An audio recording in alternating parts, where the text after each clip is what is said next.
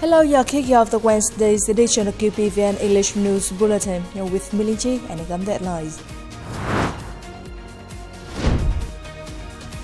Party General Secretary To Lâm was with Army 12. Vietnam and Egypt elevate bilateral relations to comprehensive partnership. Vietnam's exports expected to rise through year-end. On August 5th, Party General Secretary To Lâm visited and worked with Army 12. Accompanying him were Politburo members, Central Party leaders, and senior officials from central ministries and agencies.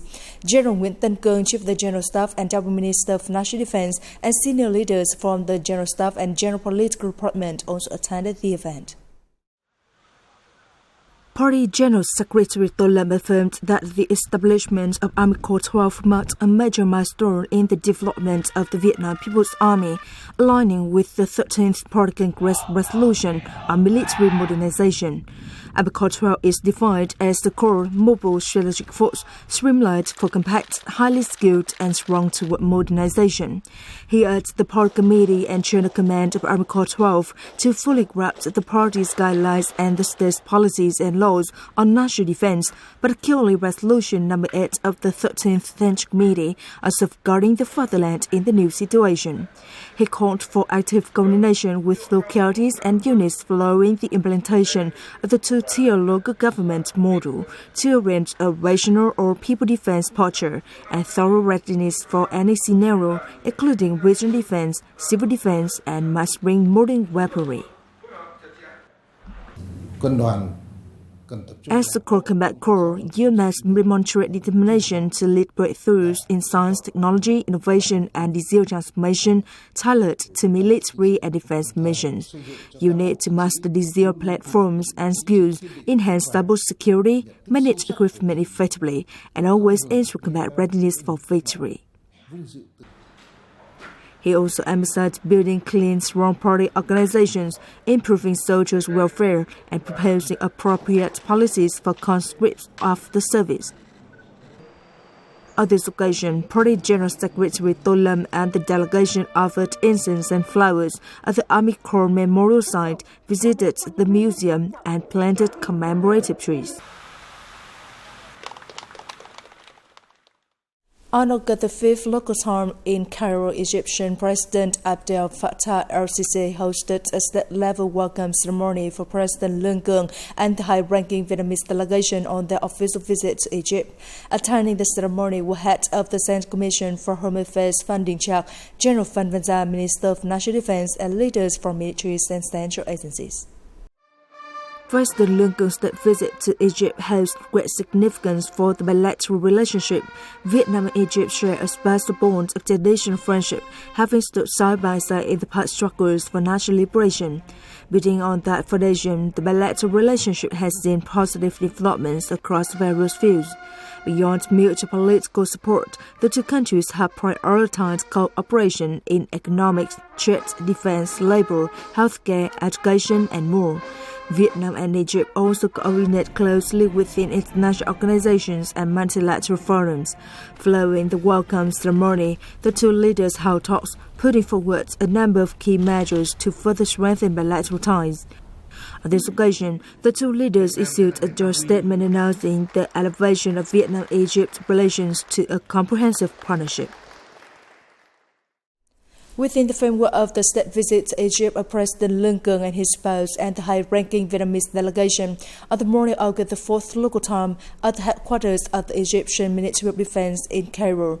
General Phan Văn Gia, Minister of National Defense of Vietnam, met with General Abdel Fattah, Minister of Defense of Egypt. General Abdel Fattah welcomed General Phan Văn Gia and emphasized the importance of defense cooperation in the overall relationship between both countries and said that Egypt wishes to strengthen cooperation with Vietnam in this field. General Phan Văn Gia stated that in the overall good relationship between the two countries, defense cooperation is an area that is being promoted by senior leaders of both sides with much room for development. Sharing perspectives on global and regional issues of mutual concern, General Phan Văn Giang reaffirmed Vietnam's consistent foreign policy of independence, self-reliance, peace, friendship, cooperation, development, and multilateralization and diversification of international relations. In terms of defense, the nation upholds its four-nose policy.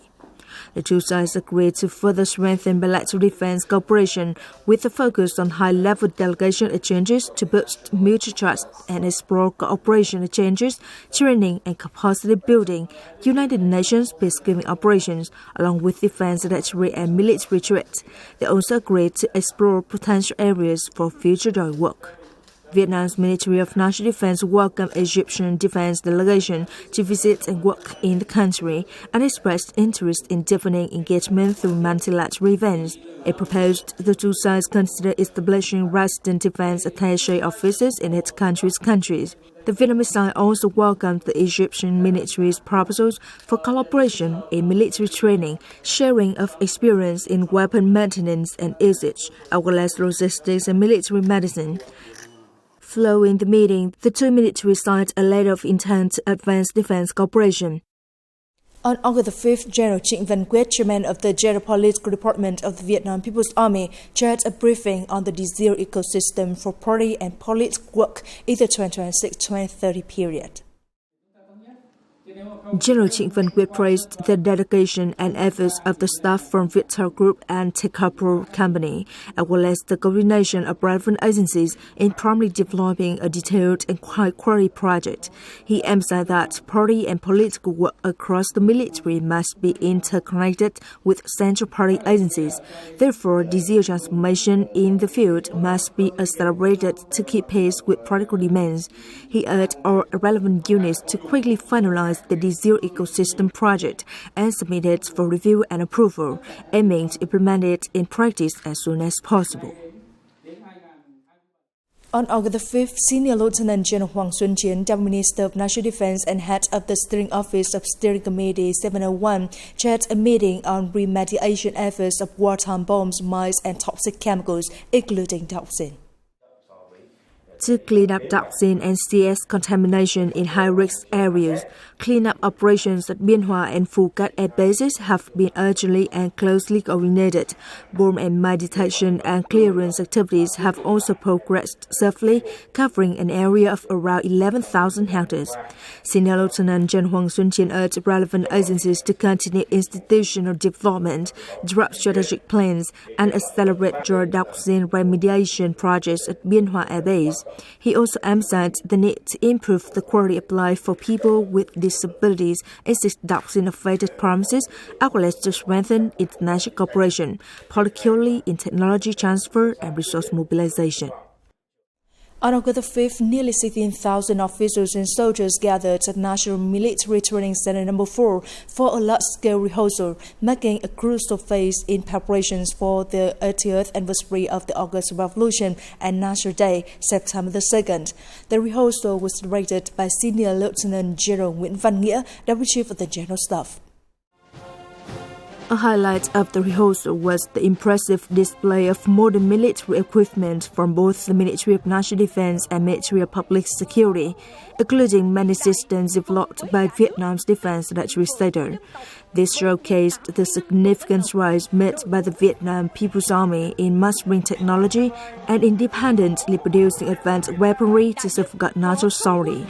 Senior Lieutenant General Nguyễn Văn Nghĩa praised the discipline, coordination, and dedication of the participating forces, emphasizing that its formation, its step must reflect not only precision and strength, but also spirit and pride of Vietnam. Behind every perfectly aligned formation, behind every well-prepared IAT rehearsal, is the presence of many dedicated individuals. They are the ones who quietly ensure that a training session runs smoothly.